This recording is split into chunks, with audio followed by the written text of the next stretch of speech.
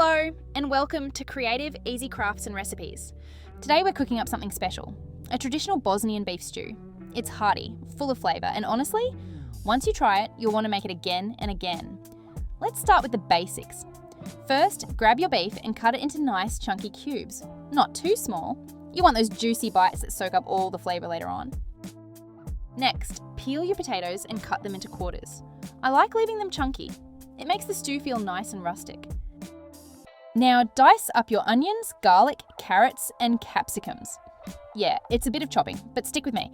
This is where all the flavour comes from. And hey, if you're still here watching, you're the real MVP. Drop a comment below and let me know.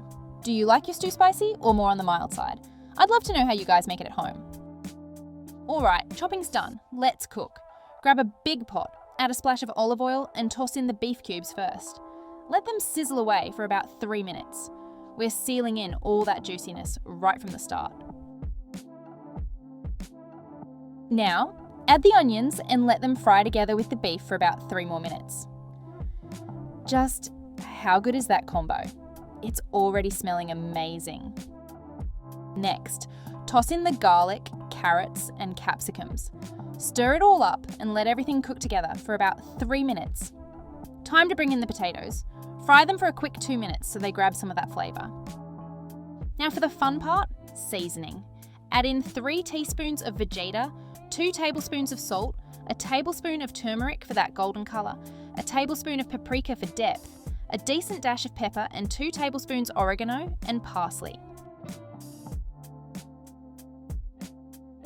Then pour in 4 cups of water. Don't panic if it looks soupy, it's going to thicken up beautifully. Now here's the best part. Let it simmer gently for about 1.5 hours. Yep, low and slow is the key to unlocking all that rich, deep flavour.